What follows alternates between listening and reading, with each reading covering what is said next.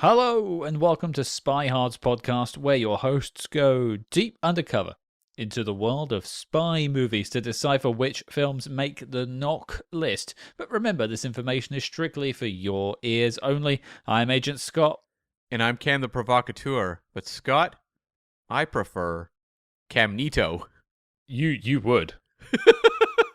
Is there a lamer X-Men character than Camnito? I mean, can you do anything with Scott? Scott Summers is Cyclops. Scott Summers. That's why I always wanted to be Cyclops. But I don't know, like in terms of an X-Men name. Well, how about I'll sit on that one, and maybe by the wraps, later on after we've done the review, I'll have something. And maybe the listeners can ponder it too. There we go. Oh, there you go. Think of my X-Men name, and until then, let's get to the review. Well, Cam, before we get to this week's film, and it's a doozy, we have to bring aboard our guest. Now, we certainly aren't experts on this subject, so we needed someone that would help us get to the point. And I think to get to that point, we went with one of the best. So I sought out a friend of the show, a card-carrying fan of Jumpin' Jack Flash, and also the co-host of the longest-running X-Men podcast, X Nation. It is Mr. Antony Lowbridge-Ellis. Hello, sir. How are you? I'm good, thank you. Thank you for having me. I'm pleased to be your expert.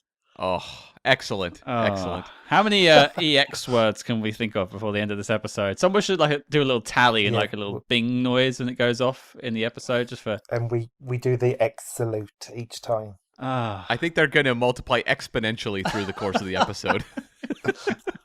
Oh, strap in, folks. This is what you clicked play for. But I mentioned Jumpin' Jack Flash. I mentioned X-Men. It kind of gives you a hint as to what's coming up in a little bit, Anthony. But I want to dig into, first of all, the podcast, X Nation. I said it in the intro, but you co-host the longest-running X-Men podcast. I mean, how cool is that? I think it's pretty cool. Some people might not agree, but it's X Nation. It used to be called X Addiction because we used to be part of a website called Comic Addiction, where me and my co-host Paul all wrote reviews, and we enjoyed doing the written stuff. But it was nice just to hang out and talk, and so that became the podcast. And it started in 2008, and we review X-Men comics on there, the ones that come out monthly in the stores. And we have continued doing that for, like I said, it's coming up to 16 years in July. It's basically a really fun excuse to hang out with one of my really good friends who I met doing this writing gig. And I've since visited him numerous times, my co-host Paul. And we've both been massive lifelong X-Men fans, and we still love the franchise so much. I know there's a lot of thoughts about X-Men movies, but for me, there's no bad X-Men movie. Even The Last Stand is good. Wow. Wow. It has, that's a bit strong. Even The Last Stand has good bits. What about X-Men Origins Wolverine? That's got Gambit in it, so that has a good bit as well. Okay, fair. Yeah. There's no bad stuff, and X-Men is... People are just cottoning on with X-Men 97 that, do you know what, X-Men is pretty damn good, and I think even Disney now are realising, hang on, we should do more with X-Men. So, always been a lifelong fan and love talking about X-Men, so really pleased to join you on this one. And it's sort of it's a good timing for this episode, because not only have we just had X-Men 97, which was a fabulous revival of the 90s X-Men cartoon, but around the release of this episode is Deadpool and Wolverine as well, the big Deadpool 3 film coming out. So it's nice to see they're putting some stock behind X-Men. Yeah, it's I think it's a really brilliant franchise, particularly because it resonates so much with people who have felt othered in their lives, whether it be queer people, people from different races or ethnicities and backgrounds and religious backgrounds. I think that really works out. And X-Men, compared to other superheroes, for me, the Avengers always feel like cops, where the X-Men feel like a family, and like a found family, and that's really special for me as well. So I'm really glad that culturally its cachet is up, and Disney seem to be noticing. I had a question for you because you're someone who was reviewing X-Men comics on your podcast for so long. When people talk about the X-Men and you hear more the broader pop culture points of view, they mention the Stan Lee material and they mention the Chris Claremont material. But I'm curious, as someone who's been a student of X-Men comics for so long, if you were to tell someone some X-Men runs they should be reading that don't fall into those really obvious go-tos, what are some of them? One of the ones that we just finished actually last week, you might have seen some things online about the Krakoan era. If you read the Chris Claremont stuff, just before Chris Claremont joins, there's this Krakoa, the living island. In 2019, Jonathan Hickman, who was moving from some really successful runs on Avengers and Fantastic Four, rebooted, in a way, the whole X-Men universe, and rather than like sort of assimilate in a world that fears and hates them, the X-Men decided to become separatists and set up their own island nation. And it ran for, like I said, it only finished last week. So the arc ran across numerous titles between 2019 and 2024, and it deals with the mutants sort of running their own state. And for fans of Spyhards, there's even a book, the X-Force book, is a book all about black ops and spycraft for a nation state like the X-Men, having to deal with assassinations and stuff like that. So it's a really interesting time, and it sort of deals with modern day politics, where actually, do you know what? Why I can understand sometimes when people get annoyed about trying to get a little smidge of equal rights, when why don't we just go and make our own nation and we can have all the rights? So yeah, it's a brilliant arc, and so I'd say that there's also some fantastic ones. The ones that get bandied around lots are the Morrison New X-Men run of the early 2000s. That's what kind of really influenced the movies. That's where the black leather comes from and all of that stuff. So that's another one that's from about early 2000s. And a really easy way to do that, I'm not sponsored by Marvel, but the Marvel Unlimited app is a fantastic resource. If you've got a tablet, you can like read most of these like back issues for a really small monthly charge. It's a bit like Netflix for comics, and the new books come on to there 3 months after they hit the shops. So if you are looking to, if you look at this and you watch the X-Men movies, you like X-Men 97 and you do want to read along, you can really do it in a way that's quite affordable and really good fun. Yeah, because it's such a dense mythology, and you don't just have, Uncanny X-Men comics. There's X-Men comics, there's X-Force, Excalibur, all these other titles. So I can totally understand how, for someone who's maybe interested and sees the movies or X-Men 97 and goes, I'd like to read about that, how it can be very intimidating to approach. Yeah, when I first got with my husband, David, like I made him read X-Men. I said, like, you need to read, like, you need to know why this is so much for me. I'll watch James Bond. You need to read X-Men, and you need to read it for a certain amount of time. So I made him read from, like, Giant Size X-Men when Chris Claremont shortly comes onto the book, and he read past Days of Future Past and past Dark Phoenix. But when the book started splitting into, like, and now you need to read New Mutants, and now you need to read, like, Excalibur, he was like, I'm out. I can't read all these books. As a Spider-Man reader, I can relate to that, where it was suddenly like Web of Spider-Man, Spectacular Spider-Man, and it just kept going on and on and on. Well, you mentioned David, of course, your husband, who's been on the show in the past, and it's nice to bring the family together now. You've both been on. We've had the whole couple. Yeah, you have to have the cats next. Right. Well, Cats and Dogs 4 is on the way. You never know, to be fair. It can't do any worse than Cats and Dogs 2 and 3 did as an episode. Yeah. And I mentioned Jumpin' Jack Flash when I was introducing you before, but spy movies, and we will synergize X-Men and spy movies in a minute. Don't worry, we'll get to that, folks. But spy movies, and it's one thing we've spoken about in the past, is your love for Jumpin' Jack Flash. And obviously James Bond was brought into your life by David there, by the sounds of it. Like, in the past, has there been much love for spy movies, and where has that been mainly focused?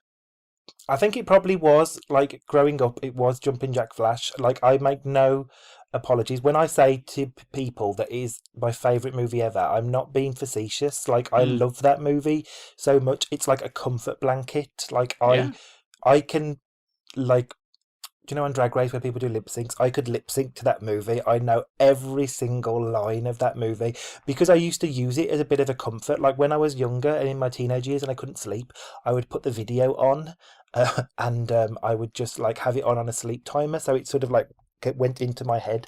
So yeah, I watched that lots growing up. And in the 90s, I got into Bond via Pierce Brosnan. So I watched a few Pierce Brosnan stuff. TV in the early 2000s, stuff like 24, sure that kid's a spy, and then a couple of seasons of Alias. So I've always liked spy sort of fiction, and then video games like things like Perfect Dark. Oh yeah. So yeah, I have always liked spy stuff. And like I say, reading the X-Men comics, I like. There's a fantastic run. A Mystique solo series from the mid 2000s, and Mystique is essentially a undercover spy for Charles Xavier, and that is a fantastic run. And yeah, I like spy stuff. Well, that sounds like the perfect way to get us into our film. I'd say your credentials check out. You certainly know spy movies and X-Men. So, Cam, why don't you bring it together for us? Yes, this week we are tackling 2011's X-Men Football Club. It's going to be a real kick. I kid. That's for the football-loving listeners out there. No, we are talking about X-Men We First have Class. Well, I think we probably do. There's some crossover, right? Yes. First Class. Crickets. First Class, directed by Matthew Vaughn. Now, is it Matthew Vaughn's first time on the show apart from Argyle? It is, I think, yes. Wow, it's actually interesting that it's taken us almost 4 years to talk about Matthew Vaughn, despite him being quite the spy movie savant. We talked a lot about him on the Patreon show, The Debrief, where we were kind of tracking the Argyle development. And we just talked a lot about his career and work and style. But yeah, that is actually kind of surprising. I think it's because we've always held off the Kingsman movies for later down the road. It was mostly chat about Henry Cavill's hair. That is also true. Oh God, I haven't seen that movie, but like the wig is so bad. Is it a wig? No, it's his hair. Oh, is that his hair? Yeah. How to make a very attractive man unattractive. You weren't the first person to point that out. Whenever we post about Argyle, I just get responses saying Henry Cavill looks awful in this. Yeah, he does. Yeah, fair enough. I'm looking forward to talking about this one. Some people might be raising their eyebrow as to whether it's a spy movie, which we will get into. But if you haven't seen X-Men First Class, here is your letterboxd.com synopsis. X-Men First Class. Witness the moment that will change our world. Before Charles Xavier and Eric Lensher took the names Professor X and Magneto, they were two young men discovering their powers for the first time. Before they were arch enemies, they were the closest of friends, working together with other mutants, some familiar, some new, to stop the greatest threat the world has ever known. I guess it was the greatest threat at that point in time, yeah. Yeah, he really was. Yeah? I guess, especially where he came from. Yeah. Yeah. I suppose that's the first mutant villain, really, isn't he? In at least in First Class storylines.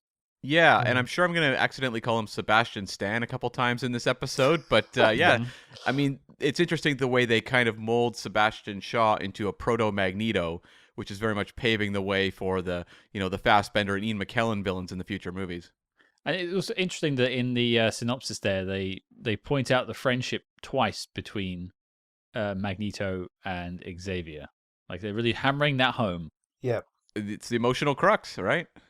Yeah, it is. But let's wind the clocks back to 2011 when this film came out and maybe take the pulse of where we all stood on the film. Now, Anthony, you were doing reviews of X-Men back then contemporaneously. People can go back and check out your episode probably talking about X-Men First Class, and we'll put a link in the show notes below to that. But can you cast your mind back to when First Class came out and maybe your thoughts on the X-Men films leading up to that point?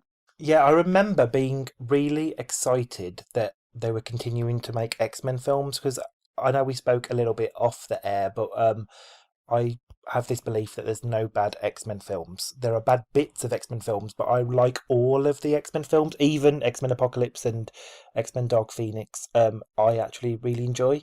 And if we cast our minds back to 2011, it was very uncertain that this film would get made. It's almost a little bit like what happens now with Sony, where they keep releasing stuff so they can keep using the characters, and it almost felt like a bit of a contractual obligation after X-Men 3 and X-Men Origins Wolverine had both underperformed critically, and I did wonder if they'd continue making these movies. And then when I saw all the buzz that there was going to be a new movie and it was going to be called X-Men First Class, there's a graphic novel, a comic book series called X-Men First Class, which is like aimed at younger readers.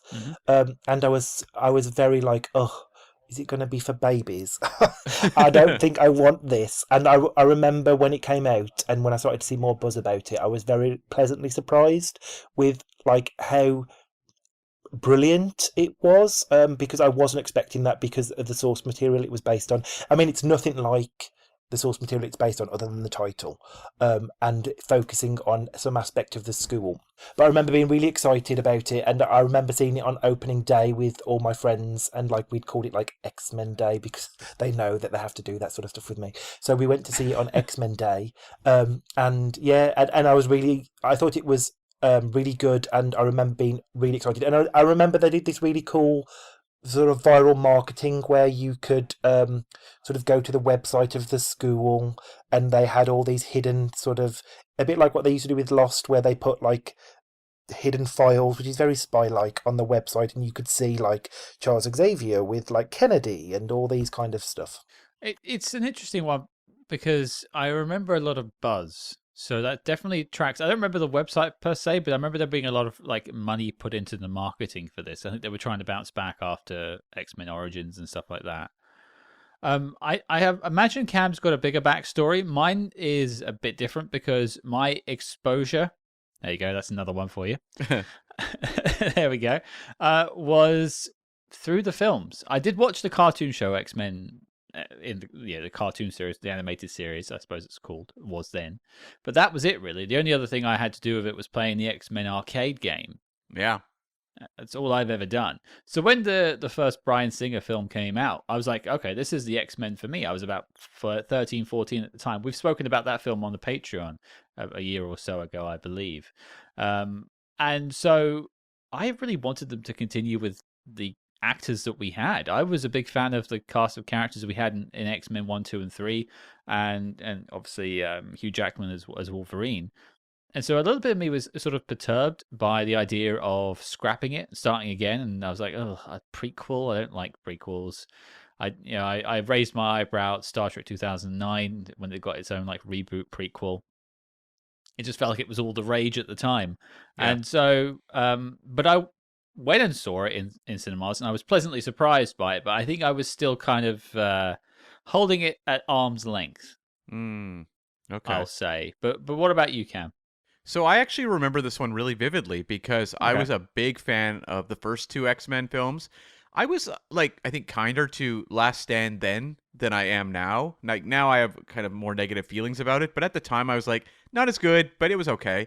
And I really didn't like X-Men Origins Wolverine at all. And so I was kind of in a place of like, this franchise just seems in trouble. And the development of First Class was chaotic to say the least. And I remember I was actually in journalism school at the time, and myself and a friend of the show, Tyler Orton, were tracking the progress of First Class and endlessly talking about how this was going to be an absolute disaster. And like Fox was putting out the cheapest, fakest looking like art for the movie and things like that. Like it was no effort put in. They were cranking this movie out in like under a year. And so it just became this point of fascination. Like, what are they doing there? The way we maybe look at something like Sony and these, Madam Web and Craven movies now, where we're just like, what the heck is going on in the water over at that studio? That's how we were feeling at the time about Fox. And yet, like 2011, they had First Class, which turned out quite well for them, and also the Rise of the Planet of the Apes, which turned out quite well for them. And it's coming out of a studio. Wow. Yeah, coming out for a studio that is known for, at that time, creating really bad genre films that we talked about when we talked about Hitman recently. It's like they were not known for good material coming out of them in terms of genre fare.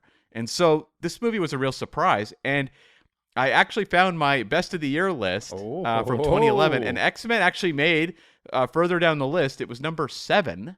2011 was actually a very bad movie year. I'll just say, like, I remember that was very much the case. But X-Men First Class still, I think, would have made the lower levels no matter how the year was. And so here's what I wrote. I'll do a dramatic reading here. This is one movie that really shouldn't have worked. A questionable venture at prequelizing a series that petered out of creative gas in 2003, the picture was rushed through production without a finished script in 11 head-spinning months in order to meet its release date. Against all odds, Wiz director Matthew Vaughn, coming off 2010's sneering superhero triumph Kick-Ass, delivers a thrilling James Bond-influenced adventure yarn with serious dramatic oomph. The picture not only pumps new blood into the brand, it actually ranks as the very best of the X-Men pictures, as vital, fun, and inventive as a beloved Chris Claremont-era paneled page-turner. Populated by a cast of colorful, compelling mutants, led by James McAvoy's groovy, well-intentioned Professor X and Michael Fassbender's tragic, seething Magneto, and drawing boundless inspiration from its 1960s Cold War setting, First Class is a pure popcorn rush that merrily lives up to its cheeky title. That's a pretty solid review. What more do you need? Let's end the episode. That's it. Yeah. Great. Sorted. A lot of alliteration there. I was really doubling down on that.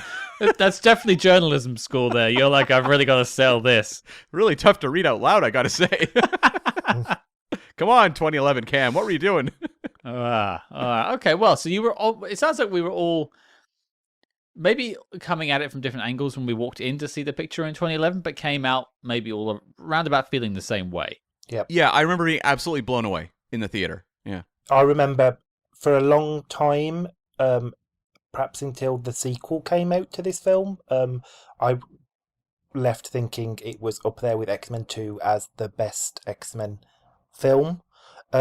Interestingly, on the rewatch, because I rewatched it for this, I didn't have as high opinions as I did in 2011. Mm-hmm. And I think there's certain things that have been certain things in the X-Men world, X-Men 97 being one of them, that do what this film does better nowadays.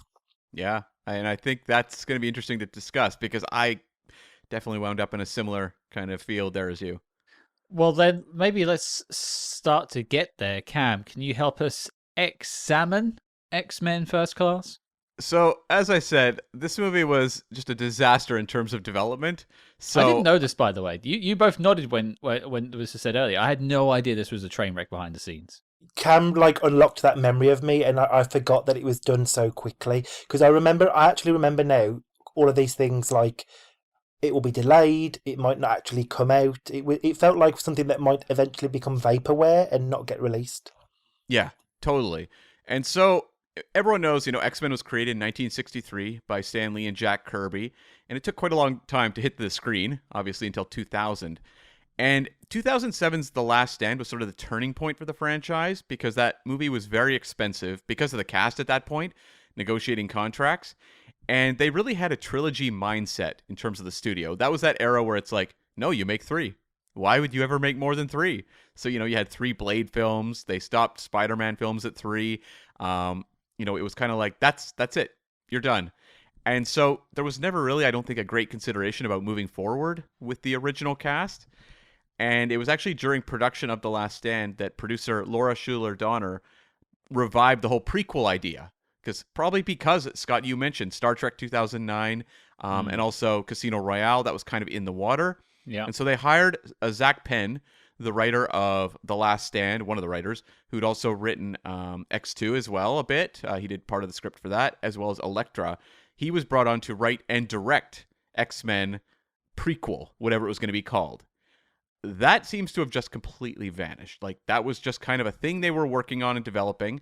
But at the same time, they hired Sheldon Turner, who was a LA-born co-writer of The Longest Yard, Texas Chainsaw Massacre: The Beginning, and Up in the Air, to write a Magneto spin-off film. And that movie I remember a lot about. It was going to be a prequel, but it was going to have bookends with Ian McKellen. And so at that same time, they also hired Daniel Benioff to write a script for Wolverine. That was going to be another spin-off. They were looking at a lot of kind of spin-off type films coming out of The Last Stand. Mhm. And that movie was pitched, the prequel, sorry, the Magneto film, I should say, was pitched as The Pianist Meets X-Men. So that's rather heavy material. Yeah. I think it's based on there was a graphic novel in 2009 called Magneto Testament that was really quite critically acclaimed. And if I remember rightly, because again, you're unlocking these memories, I think that was going to be the basis, and it is a very heavy sort of retelling of Magneto's origin and like the concentration camps and stuff like that. Yeah, and it was going to be set between the years 1939 to 1955. And it was going to track that relationship with Charles Xavier, who in this script was a soldier he met at the liberation of a concentration camp. So I guess the liberation of Auschwitz was where he was going to meet Charles Xavier. And they hired David S. Goyer to direct the film. And David S. Goyer is best known as a writer. He was the co-writer of the first couple Nolan Dark Knight films. He also wrote the Nick Fury TV movie that Scott and I covered over on the Patreon. Oh no! Wait, didn't this chap write it like 10 years before the TV film was made, and then the script was pulled out of mothballs, basically? It's early work for him, yeah, because he also wrote the Blade films and directed the third Blade film, so he was going to direct Magneto. I don't know why I came to his defense there, but I felt like I had to a little bit. He was going to direct Magneto for a 2009 release, but there was a writer's strike in 2008. And Magneto kind of became a casualty of that. Right. It was like they were good to go. The strike hit. And as we saw recently with the strikes in Hollywood, that actually did kill some productions. So around this point in time, Fox hires Josh Schwartz, the creator of the OC, to write and possibly direct an X-Men prequel film. This is where I get on board more so in terms of following the progress of the film, because I remember when this was the case. And Bryan Singer was approached to direct as well. And so it was kind of like will Bryan Singer do this film? And then possibly, could we just have Josh Schwartz write the film? And that was kind of what they were jockeying for. Basically, they didn't know what they wanted, I would say. It was like, do we keep one foot in the back, in what we've done before in terms of the popular X-Men films, or do we move forward with someone new? You can just tell it's a case of a studio wanting to expand the franchise, but not quite being confident in what they want to do. They don't have plans. It does sound like they're panicking. Yeah, exactly. And so once this kind of starts moving to development, First Class became a priority. But Bryan Singer clashed with Josh Schwartz, and he wanted to take it in a different direction. So he started working with writer Jamie Moss, who had written the movie Street Kings with Keanu Reeves, and then would go on to later co-write the Ghost in the Shell remake. And it was around this point they started bringing in elements like the Cuban Missile Crisis, the 60s time period. And it was producer Laura Schuler Donner who pitched the Hellfire Club as the villains. And so that's why Bryan Singer actually has a story credit on this film. It's because of this development period. Wasn't Lauren Schuler Donner involved with a few of the X-Men films? Because she was in that MCU book I read recently. That name was floated around. Yeah, like all of them. She's responsible for all of them, yeah. She's like the Kathleen Kennedy of the X-Men franchise. Everything that's ever been done with X-Men is because of her. Mm-hmm. Okay, so that makes sense that she's knowledgeable on the subject. Then she knows her X-Men. Yeah, totally. Okay, and so cool. This script that Singer had been working with Jamie Moss was then rewritten by Ashley Miller and Zach Stentz, who are a writing duo who'd done actually Agent Cody Banks in 2003. They'd also worked in TV on Andromeda, the Sarah Connor Chronicles, and Fringe. This, for them, in terms of their filmography, would be a follow-up to Thor, which they'd also had writing credits on. The duo actually split after X-Men for a while, but Ashley Miller went on and created Dota Dragon's Blood, that TV series, and Zach Stentz went off and worked on Jurassic World Camp Cretaceous. But they are still kind of like rumored and attached to the remake of Big Trouble in Little China. It's been long developing. I don't know if it'll ever happen, but the two of them were working on that. And that's probably a good time for me to jump in, because I haven't announced our interview this week, but we do have one, and we just mentioned his name. Ashley Miller is coming on the show to tell us his X-Men story, his X-Men origins, Ashley Miller, if you will, and talk us all the way through the production of the film and how involved he was in the script and what he put into the story, which we'll get into later this week. And if you recognize the name, he's actually one of the co-hosts of the Inglorious Treksperts as well. So yeah, look out for that in your podcast feeds later this week. Exceptional. And so at this point, because the development's been going so long, Bryan Singer had to drop out because he was attached to go do Jack the Giant Slayer. So at this point, this heavily developed project is kind of rudderless. And so that's where Matthew Vaughn comes in, who started his career as a producer with an independent film called The Innocents Sleep in 95, and then the Guy Ritchie gangster films like Lock, Stock, Snatch. He also actually produced Swept Away, which may have been the breaking point for them. And started directing and writing his own films starting in 2004 with Layer Cake. And this is interesting in terms of backstory. He was supposed to direct X-Men 3, which became The Last Stand. He was hired. He was the one that cast Kelsey Grammer as Beast. And he ultimately departed that film and wound up going off to do Stardust instead. And so, I think he said he figured that was it for X-Men. They would never want him back. But suddenly, he seemed a lot more appealing, and he also was actually going to almost direct Thor. He was attached to that for a while as well, and then jumped off of that. And ultimately, what got him the director slot for First Class was Kick-Ass, which Fox was a big fan of, and he was approaching this inspired by James Bond, Star Trek 2009, and Batman Begins. Well, it's good to know I was pulling in the right resources there. Definitely. Yeah. Yeah, okay. Sorry, I was going to say, I've never thought of quite how much the sort of reboot was happening at the time, like when you mentioned Batman Begins as well, and other properties as well. Like, this is when you got the big reboot in video games of Tomb Raider. It was like, let's go back to the beginning, and I did sort of pull that together, that it was a bit of a trend in Hollywood. Oh, totally. And even Fox this year, Rise of the Planet of the Apes is something of a prequel as well. So it's just totally in the water. That one I feel like is a little more stealth, so people don't acknowledge that one. But yeah, it was definitely a thing. And so Matthew Vaughn had 13 months from hiring to release to get the film done. Wow. He made the film, he said, in 10 months with 9 weeks of post on it. And he just said, in terms of his process, there was no time to think whatsoever. All instinct, no thinking. I mean, applause and critique aside, anyone to pull this film off in 9 months, it deserves a little bit of credit because it's a big production. Yeah, a lot of effects, a lot of characters to juggle. And because of all that juggling, they still needed more help on the script. So Matthew Vaughn brought in Jane Goldman, who is an English screenwriter, but early in her career was a journalist, an author, and host of Jane Goldman Investigates TV series. Do you know what that is, Scott? Either one of you? It doesn't ring any bells to me. Anthony? No, she's most famous, I know, as Jonathan, like the wife of Jonathan Ross. And she's got like this really bright red hair. Yep. And she is a fantastic film writer. I think she might have been involved in some other X-Men titles, but she's, I don't think like a fixer like Carrie Fisher is quite correct, but like she does tend to punch up the properties that she picks up. And she became like an invaluable collaborator for Matthew Vaughn around this point as well. And she joined him for Stardust. They worked together on Kick-Ass, and they wrote the script for The Debt together, and then jumped into First Class.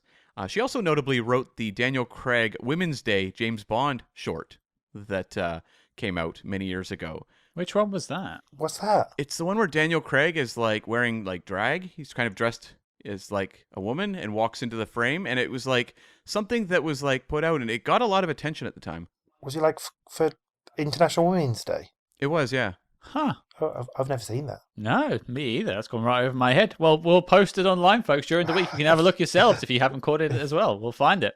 Yeah, and like Goldman also would go on to co-write the first two Kingsman films with Matthew Vaughn, and has since done the Rebecca remake and the unaired Game of Thrones prequel that I don't know if you remember was supposed to come out and then got shut down. Although now they're saying is possibly still alive. It's not alive. No way. No way. You wouldn't. I mean, half the cast have moved on now to other things. As we've seen, there's a lot of writers that worked on X-Men First Class, and WGA arbitration was actually required to determine credit for this film, and so they felt there was enough elements of the Magneto script to warrant credit for Sheldon Turner on the finished film. Matthew Vaughn, when asked about the screenplay credits, wrote, "The WGA are fuckwits." Oh. Yeah. So I'm sure Ashley will have some interesting stories for us later this week then, by the sounds of it. Yeah, because Matthew Vaughn has maintained they wrote everything. He's like, yeah, they gave us ideas, but we had to write everything from scratch. So, yeah, he very much feels him and Goldman, this was their baby, but yeah. Watch this space. A few other little notes before we just mention the box office. Colin Firth was the first choice for Sebastian Shaw. That's who they wanted, but Fox said, you have too many Brits in this movie. I think it improves pictures, personally speaking, but I could be biased. And I don't think like Sebastian Shaw is British either, so it doesn't really matter. There you go. Yeah, I wouldn't have known yeah. that, so I'll take Fair your word play. for it. Yeah. I've got my issues with Bacon, but we'll come back to that. There was also a couple other elements that were cut before they shot the movie. One was the character of Sunspot was supposed to be one of the young X-Men. Now, for those that don't know, Antony, who is Sunspot? Sunspot is Roberto da Costa. He's an Afro-Brazilian mutant with the power. He can turn his body like completely like black, like a sunspot, and that gives him super strength, and his heat powers sometimes can fly. You would have seen him in X-Men 97. He was in the team on that one, and he was most recently in the X-Men movies in the New Mutants film. That was the sort of final film in the X-Men Fox films. From the one that was a horror film that came out in 2022, finally. The one with Maisie Williams in it. Yeah. Yeah. And the like Furiosa, I forget her name now. But, Oh, yeah. Anya Taylor-Joy, yeah. Anya Taylor-Joy, yeah. And that movie had maybe a worse production than X-Men First Class. Yeah, that one was like in production hell. They have the excuse of COVID as well, but even before COVID, that film was in development hell for years. Yeah, and heavily re-edited as well before release. So, yeah, a lot of problems on that one. They also cut a love triangle between Moira McTaggart, Magneto, and Charles Xavier from the film. That was originally going to be a focal aspect of the movie, which maybe explains why Moira goes missing for sections of this movie. I was going to say, it's nice to know that she had some other things to do, because she just vanishes from my notes at about a third of the way in. Yeah. And then Matthew Vaughn, as we read, had some issues with the WGA crediting. He also had issues with the director of photography credit, because they actually had 5 DPs on this movie. What? And John Matheson has the sole credit, but Matthew Vaughn says he only did about 45% of the movie. I mean, Matthew Vaughn's going for the jugular, apparently. Yeah. This production was chaos. My only experience of him is being in a little room in London talking for 20 minutes about Argyle, and he was nothing but nice to me. But then again, I didn't try and mess around with a WGA credit in front of him. No. Maybe that would have changed the tone. So this movie had a budget of $160 million, which was cheaper than the $210 they spent on The Last Stand. So They spent $210 million on X-Men The Last Stand. the cast was very expensive. And don't forget, by this point as well, the cast of X-Men had quite a lot of Oscar winners in it. So they could really claim what they wanted to have. And Hugh Jackman was a star. And all that CG as well. Yeah. All the de-aging stuff. Yeah. Fair point. Yep. So yeah, $160 million budget. Domestically did 146.7, international 206.2 for a worldwide total of 352.6, which in terms of budget, it's good. It got a sequel, but when you compare it to the two before that, Wolverine had done $373 million on a $150 million budget, so it was more profitable than First Class. And X3 did $460.4 off of $210. So First Class, quality-wise, I think turned a corner for them, but in terms of box office, it probably wasn't the smash earner they maybe hoped it would be. I mean, like you say, it got them a sequel, and I have personally, maybe we'll get into it later, I have a lot of time for Days of Future Past. Yeah. Yeah. Same here. Yeah. Okay. And so it landed at number 19 for the year between Captain America: First Avenger and Alvin and the Chipmunks: Chipwrecked. Oh my god. Wow, that's a sandwich, an animated sandwich. And the top 3 for the year: number 1, Twilight Saga: Breaking Dawn Part 1. Number 2, Mission Impossible: Ghost Protocol. And number 3, Kung Fu Panda 2. And the final note on this one, Matthew Vaughn. He makes First Class. People like First Class. Why did Matthew Vaughn not do the follow-ups? Matthew Vaughn, the original plan was to follow up First Class with a 70s set film centered on a young recast Wolverine, who he at the time said, I could see Tom Hardy in that kind of role. And he planned Days of Future Past as a trilogy closer. This is where things get a little mucky. According to Vaughn, Fox read the script for the Days of Future Past film and liked that so much they wanted to make that second. To which I have to ask, why was there a script for X-Men 3? Like, what is going on? Like, I'm wondering if he wrote treatments for 2 and 3, and they read the treatment for Part 3. Because he says script, and I'm like, they would not be writing a finished script for X-Men 3 at that time. Would they have solicited outside pitches for other stories at that point? Trying to, like, because obviously they were panicking to make First Class. They were like, okay, let's try and anything. We'll accept it. Just send it in. We'll have a read. No, I don't think so, because the script for Days of Future Past has a story by credit by Matthew Vaughn and Jane Goldman.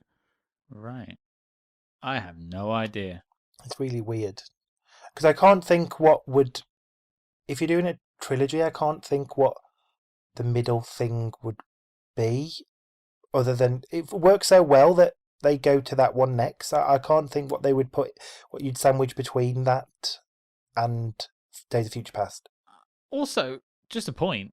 Surely a prequel with a young Wolverine wouldn't make sense when you've just had Hugh Jackman in the film as Wolverine.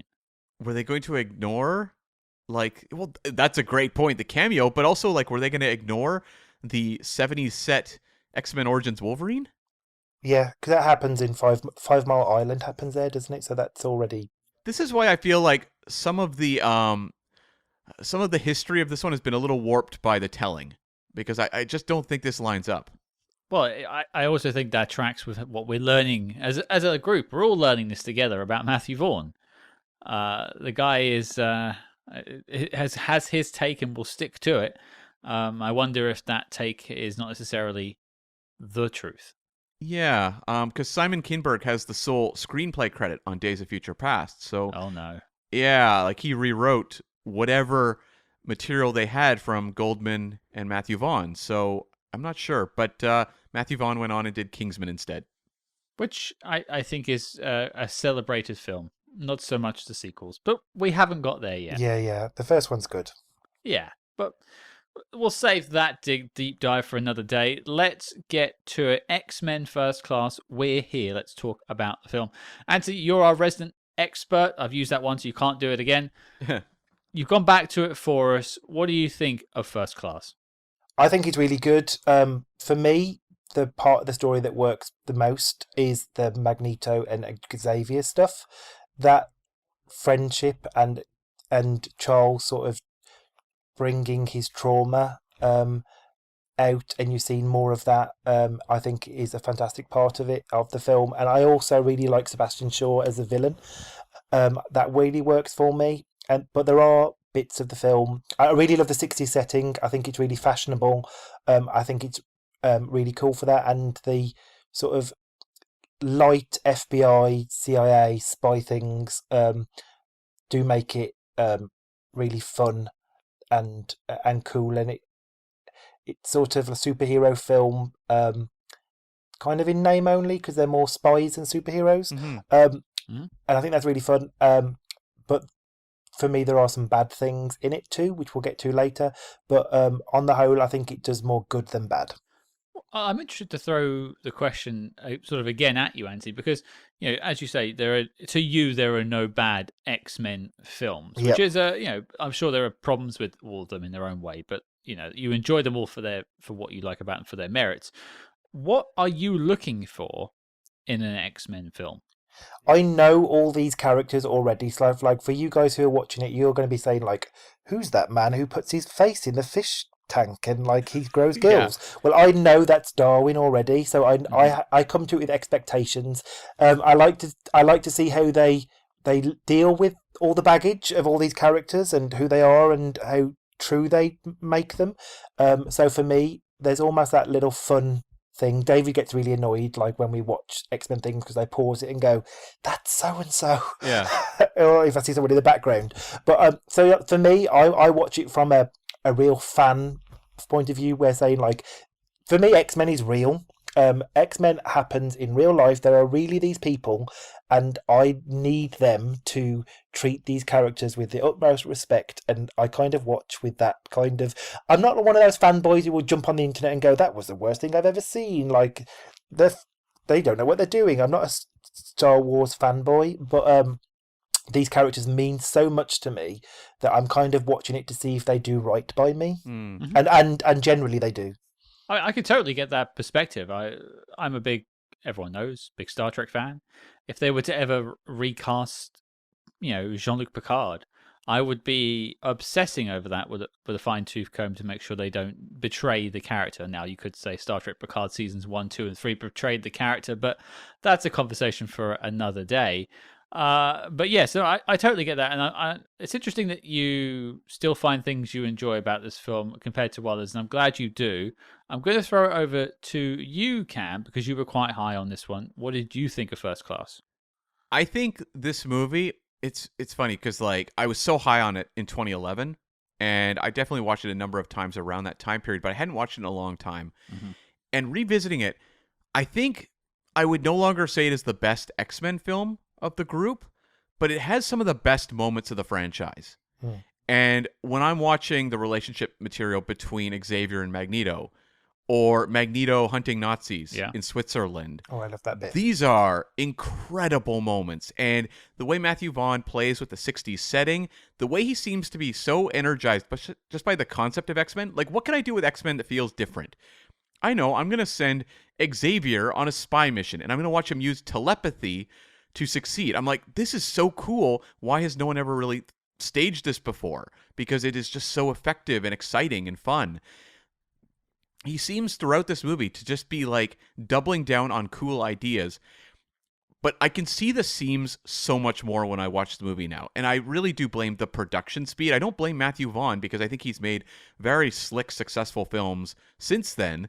But you could just tell that like the way this movie is edited, especially in the first half, it feels kind of jumbly.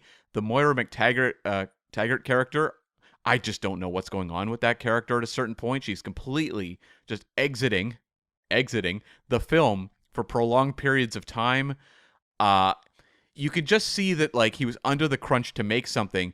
And I think what matters the most to me is that I still really enjoy this movie. Mm-hmm. I think he hits the emotional beats, not something Matthew Vaughn is often credited for. People tend to look at him just as a stylist, but I think he's very capable of really nailing emotional moments, and I think he does it incredibly well here.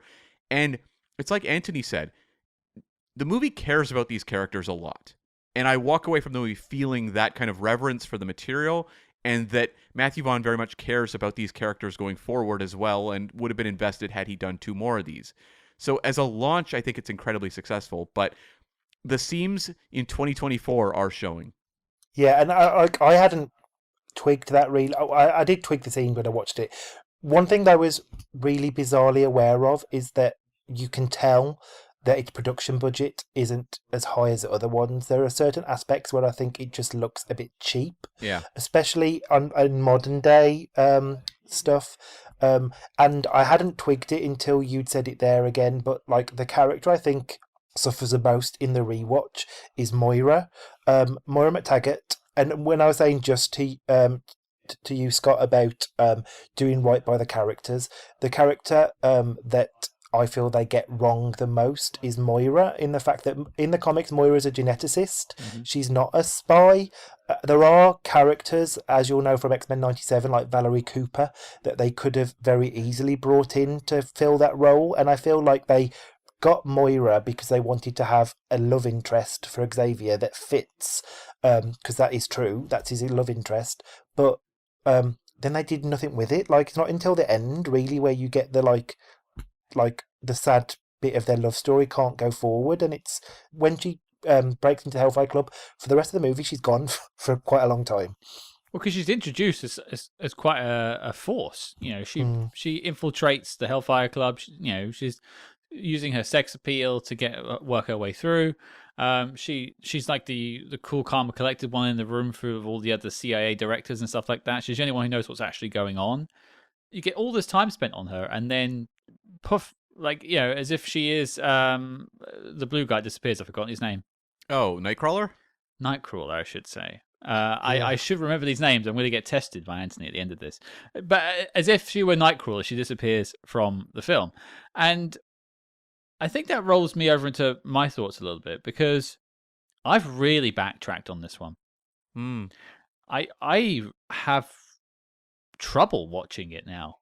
I really do see the seams. I see bits of this film I enjoy. There are performances, there are moments, characters that will stand up, and I think, like, if you were watching a highlight reel on YouTube, it would be really fun. But as a 2 hour and 10-minute holistic piece, it does not keep my attention anymore, and I just find myself picking apart problems throughout. Moira McTaggart is one. I mean, I'll also mention Darwin. I mean, he's the only black character in the whole film, and he's killed almost instantaneously. Yep. Yeah. Sorry, didn't anyone think about that? They feel like they introduce him just so they can kill him off. Yeah, because his power shouldn't let him die, but he does anyway. Yeah. I remember at the time I saw the movie, I went with a buddy, and all he kept saying after the movie was like, well, I think all I know about that character is he adapts to survive. He says that 3 times and then dies. Yeah. Yeah. And the other character of colour as well, Angel, she switches sides. Yeah. So that also left a bad taste in my mouth. It's like the people of colour either are there to be killed or there to be turncoats, and I thought that was a bit bad. Yeah, when you bring Angel, an even better point there. It just seems like, and I think one thing that learning the behind the scenes is why I always think it's important that we talk about this before we review it, is it has highlighted maybe where the problems are for me. It is the production. They didn't have time to stop and think. Matthew Vaughn said it. Yeah. He didn't have time to stop and think. If he had another year of pre-production before this film started shooting, I think stuff like Angel and Darwin, not Angel. Angel and Darwin, yeah. Yeah, Angel and Darwin would have been worked out. These wouldn't be issues. Yeah, and I think it's going back to what you said, Cam, about them having all these different ideas, and they wanted to do a young X-Men bit. For me, one of the other elements that is really doesn't do this film any favors is all of the young X-Men. Yeah. There's too many of them, and they don't get enough to do. I like Havoc, I like Banshee, but some of the others are really unforgettable because they don't get an awful lot to do, including some of the villain young ones like Riptide. Oh yeah. And then also there's just too much focus on Mystique as well. Right. Yeah. And you throwing that to the other side, Emma Frost as well gets plenty of time, but then also, I mean, I wrote down, and this is a red alert, folks. Emma Frost gets Deanna Troyed in this film. She is completely sidelined when her powers would perhaps save the day, and they just write her out of the last 45 minutes of the film. Yeah. No, that's true. There's so much among X-Men fans. I remember being really excited when I heard that January Jones had been cast as Emma Frost. It seemed like the most perfect casting. Yeah. But I remember one of the things I remember from watching it in 2011 is being so frustrated with her performance. Emma Frost, if you've ever read the comics, she's the most amazing, badass female character. She is probably one of the best X-Men. The best X-Men are all the X-women, to be honest, but she's one of the best X-Men characters. She's so funny, she's so ruthless, she's sexy, and January Jones just plays her bored. It's almost like her line reading. She was told, I think she looked at the character and thought that she feels like she's above everyone, which Emma kind of does, but not in a way where she just plays it bored. She literally, it's like she's picking the fluff out of her nails. She's doing this. She's so bored. It's more like she wants to have fun with the people. Yeah. She's toying with them, playing with her food. That's what they should be aiming for. Yeah. It's like they told her to be kind of chilly. But and she took that as disaffected and uninterested. Yeah.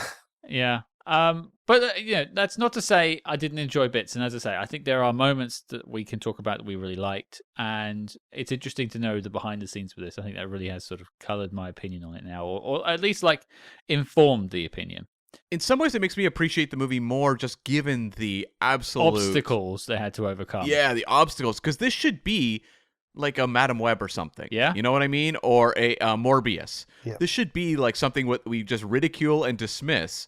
But when you have someone like Matthew Vaughn making it, he's even though maybe the whole is straining at the seams to fall apart, he's still working in so many moments that are just absolutely brilliant.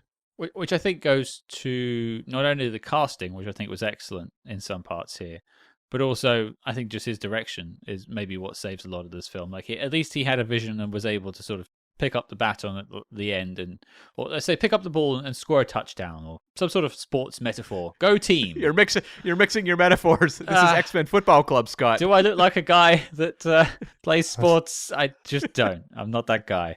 I'm the man in the van. Let's talk about things that we like, because it's blooming hard to make a film, and people put their heart and soul into it. So let's celebrate X-Men First Class a little bit. Anthony, I'll go to you first. Something you really like about this film? The Magneto and Charles Xavier relationship is the thing for me that saves this film, and also the portrayal. I went into this thinking that no one else could play Xavier other than Patrick Stewart and Ian McKellen, and both of those actors are so brilliant, particularly Michael Fassbender as Magneto. Magneto is my favourite X-Man, and he just gets the sort of nuance between that rageful villain that he can be, but also the real want to do good and be a better person. And there's so many scenes where he does that so perfectly. Like you've already mentioned it, Cam, but the scene with the pig farmers is like masterful delivery of like controlled rage, and then the scene later on where Xavier helps him and he moves that he learns how to use his powers through joy, I think is so beautiful. It's mainly Michael Fassbender for me. I think James McAvoy is really good as well. I get a bit too tired of him touching his temple every few seconds. But Michael Fassbender is something else in this movie. I mean, I just remember that scene of, I'll never forget it, that scene of him moving that satellite dish in the theater, and just like how emotional that is. And there's so many movies you can say, oh, it got stuffy in the theater or whatever. When you're watching, say, like a Pixar movie or something, like something that is known to make people cry. But there's something so emotional about that moment of Magneto going through all of those emotions to turn a satellite dish, and it's all a CG sequence. That is entirely Michael Fassbender's performance and what he is conveying through that character, and you are basically experiencing everything he's experienced over the course of that film in that moment. And like, this is why you hire someone like that to play Magneto. And I'm going to be very curious when they recast Magneto in the future who they go to, because so far they've had 2 top-level thespians, and I think there's a certain bar set. I want Pierce Brosnan. There's a picture of Pierce Brosnan where he looks so like Magneto. I will put it on Twitter later, but like he would be an amazing Magneto. Okay. Well, I can't disagree. I think that is my number one with a bullet too. I actually, that is my number one like, is Fassbender is this film. And then the next note says the relationship between the two is fantastic. So it's both points in one. I think if you were going to rest your review based on their performances, it comes off pretty well. I think it's the rest of the film that starts to really fall apart when you examine it. But, it's like the scene where Fassbender Magneto is pulling along the submarine, and McAvoy jumps in to stop him. Like it looks a bit like CGE goofiness, but like there is a real heartfelt point within that. And I think McAvoy and Fassbender were the right choices to deliver it. And I think Fassbender slightly more. I mean, obviously that the scene with the pig farmers is definitely one of them, one of the highlights of the film. They also pull off one of the greatest moments in the movie, which is the coin kill on Sebastian Shaw. You're leading me into mine. There you go. Yeah, just Like, And you're waiting for that the entire film because you know that he's got that coin with him. It's so clever. it's so expertly edited too, with Ah. the McAvoy screaming and the coin moving through the head, and that is just like McAvoy and Fassbender on fire in that moment. And holy smokes, does that moment stick with you as well? And although the movie is a bit more cerebral, like there are some really good action sequences that Michael Fassbender gets to do. You've mentioned already the one with the submarine, but also when they're storming the sort of mansion where they're having that meeting with the generals at, when Michael Fassbender starts like pulling the barbed wire and wrapping people up in that kind of stuff. There's a reason why after this film came out, there was starting to be like James Bond buzz around Michael Fassbender as a potential James Bond, because like he does the cool action sequences really well in this film too. I just think Fassbender plays that bubbling, brooding anger thing really well. This whole film is a build-up to him putting that helmet on and becoming what we know as Magneto. Obviously, there's a lot more to it than that, but he is able to keep a lid on that rage until the end, where he finally, he lets go of it, and then that causes Xavier to be hurt and be wheelchair bound for the rest of his days. And it's brilliantly played. And I just think, if there was an MVP award, if we did MVP awards here, it would go to Fassbender. Yeah. I mean, even that moment where he's just sitting in the hotel room and the coin is floating over his fingers and he's just staring straight ahead, that just makes me think of Sean Connery in Dr. No sitting waiting for Dr. Dent. Like, there's that intensity about that performance that you're just like, I mean, alternate universe, Michael Fassbender would have been an incredible Bond. Yeah, I think a lot of people will be agreeing. Cam, I'll throw it to you. What's it like you have? The 60s tone and setting. This could have felt like such a just, wallpaper job. And we would see that in some of the other X-Men movies. Like when I look at X-Men Origins Wolverine, doesn't feel very 70s. And there's like flat screens in the background. Or you look at even Dark Phoenix is it Dark Phoenix where they're in the 90s, right? Yeah. And it's just like, is this the 90s? Is it? Or Apocalypse where they're like, well, we went to Return of the Jedi. There's your 80s kind of Yeah, mention. there's your 80s reference. Yeah. And like this movie feels 60s. Like Matthew Vaughn, not just Bond, you can feel like the Flint influence or like the Matt Helm influence as well. The way he's having so much fun with the 60s setting, whether it is the Hellfire Club, the fashions, the kind of the energy of the movie. And I love Xavier as like womanizer, doing the groovy mutation stuff. He just is having so much fun with the whole idea of like the swinging 60s. And also managing to merge that so well with like the Cold War elements, like the Dr. Strangelove war room, the entire Cuban Missile Crisis setup with like, all the kind of scheming and plotting going on there. It just kind of captures the best of that era of spy entertainment. It's not real world. Like it definitely feels more cinematic than the real world 60s, but he's doing it so well and so fun that it makes me really bummed out that he didn't get to make his like 70s or 80s X-Men movie, because I think he would have done a lot more with the time periods. Well, you could see a lot of what he'd go on to do in Kingsman. Yeah. In this, that sort of love of that campy era of spy movies that we'd lost by this point. Like, I know there were still like Bond films about, but you weren't getting Austin Powers anymore. You weren't getting the Bond that we all grew up on, the Roger Moores anymore. It was all super serious. Everything was super serious. And this film takes moments to have a nod and a wink. Like there's a moment where Moira McTaggart finds a secret button on a table and it revolves round like from Live and Let Die. Like there's all kinds of weird little moments in here that come from a brain that loves that type of film. And we obviously do here as well. So I'm sitting there pointing all those things out. And there's just so many like little nods. And there are ones that are a bit deeper than just the obvious ones. But I give credit to Vaughn, I should say, for knowing his spy movies and paying tribute to them.